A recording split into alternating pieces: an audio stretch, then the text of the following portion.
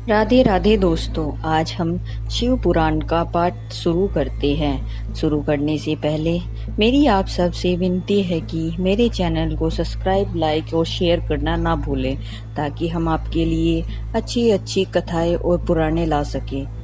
ओम नमः शिवाय। चलो आइए शुरू करते हैं। राधे राधे दोस्तों, आपका फिर से स्वागत है मेरे YouTube चैनल राधे श्याम में।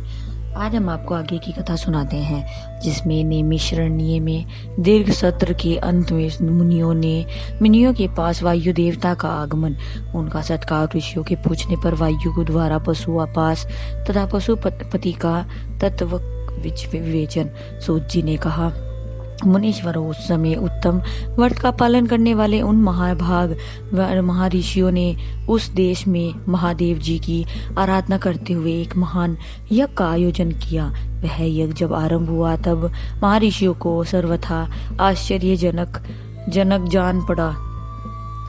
तदंतर समय बीतने पर जब प्रचुर दक्षिणा में से युक्त वह यज्ञ समाप्त हुआ, तब ब्रह्मा जी की आज्ञा से वायुदेव स्वयं वहां पधारे।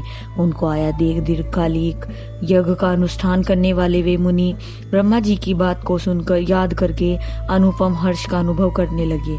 उन सब ने उठकर आकाश जन्मा वायु देवताओं को प्रणाम किया और उन्हें बैठने के लिए एक सोने का बना हुआ आसन दिया। वायु देवता उस आसन पर बैठे। मुनियों ने उनकी विधिवत पूजा की। तदंतर उनका सबका अभिनंदन करके वे कुशल मंगल पूछने लगे। वायु देवता बोले, ब्राह्मणों, इस महान यज्ञ का अनुष्ठान पूर्ण होने तक तुम सब लोग सकुशल रहे न।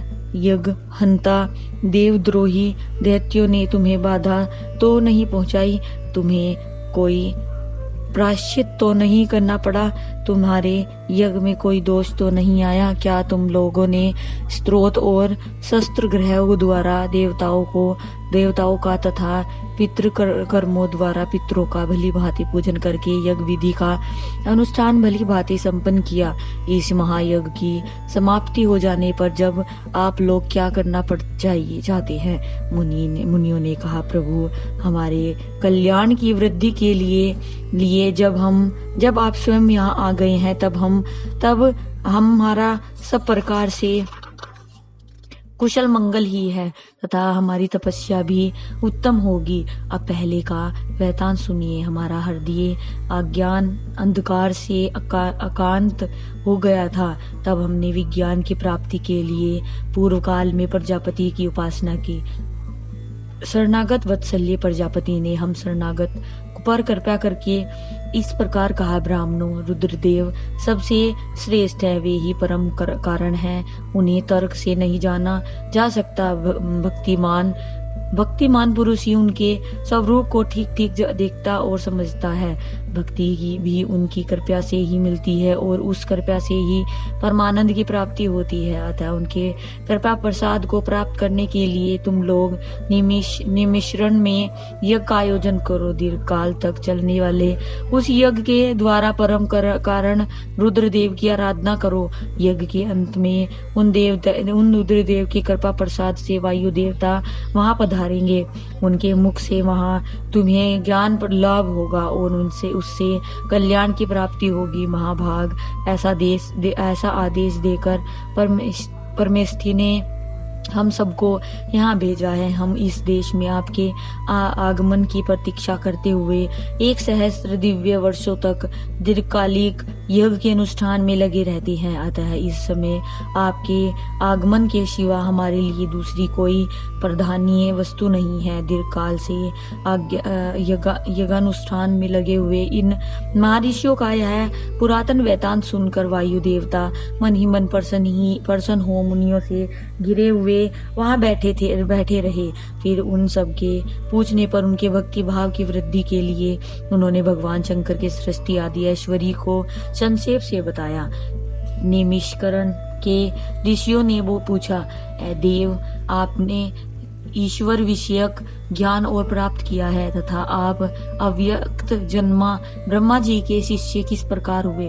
वायु देवता बोले, ऋषियों, 19वें कल्प का नाम श्वेत लोहित कल्प समझना चाहिए। इसी कल्प में चतुर्मुख ब्रह्मा ने सृष्टि की कामना से तपस्या की। उसकी उस तीव्र तपस्या से संतुष्ट हो स्वयं उनके पिता देव महादेव ने उन्हें दर्शन दिए। वे दिव्य कुमार अवस्था से युक्त रूप धारण करके रूपवानों में श्रेष्ठ श्वेत नामक मुनि बनकर दिव्य वाणी बोलते हुए उनके सामने उपस्थित हुए। वेदों के अधिपति तथा सबके पालक पिता महेश्वर का दर्शन करके गायत्री सहित ब्रह्मा जी ने उन्हें प्रणाम किया और उन्हीं के उत्तम ज्ञान पाया। उनसे ही उत्तम ज्ञान पाया। ज्ञान पाकर विश्वकर्मा चतुर्मुख ब्रह्मा संपूर्ण चराचर भूतों की सृष्टि करने लगे। साक्षात परमेश्वर शिव से सुनकर ब्रह्मा जी ने अमृत स्वरूप ज्ञान प्राप्त किया था, इसलिए मैंने तपस्या के बल से उन्हीं के मुख से उस ज्ञान को उपलब्ध किया। मुनियों ने पूछा, आपने वह कौन सा ज्ञान प्राप्त किया है जो सत्य से भी परम सत्य एवं शुभ है तथा जिसमें उत्तम निष्ठा रखकर पुरुष परम आनंद को प्राप्त करता है?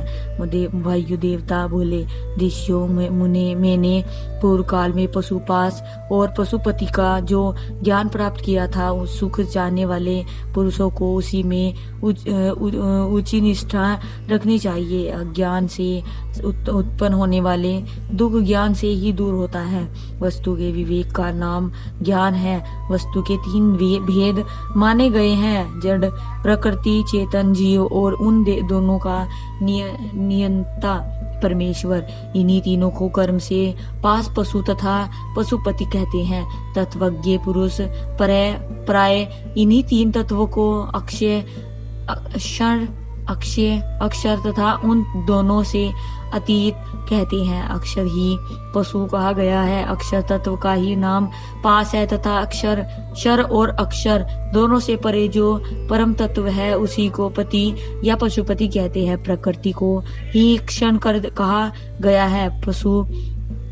पुरुष जीव को ही अक्षर कहते हैं तथा जो इन दोनों को प्रेरित करता है वह क्षर और अक्षर दोनों से भिन्न तत्व परमेश्वर कहा गया है। माया का भी नाम प्रकृति है, पर पुरुष उस माया से आवृत है। मल और कर्म के द्वारा प्रकृति का पुरुष के साथ संबंध होता है। शिव ही इन दोनों के प्रेरक ईश्वर तथा माया महेश्वरी शक्ति है।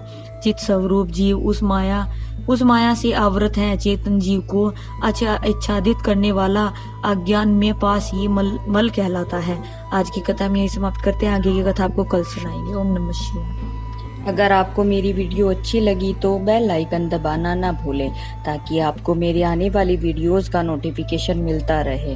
धन्यवाद। ओम नमः शिवाय।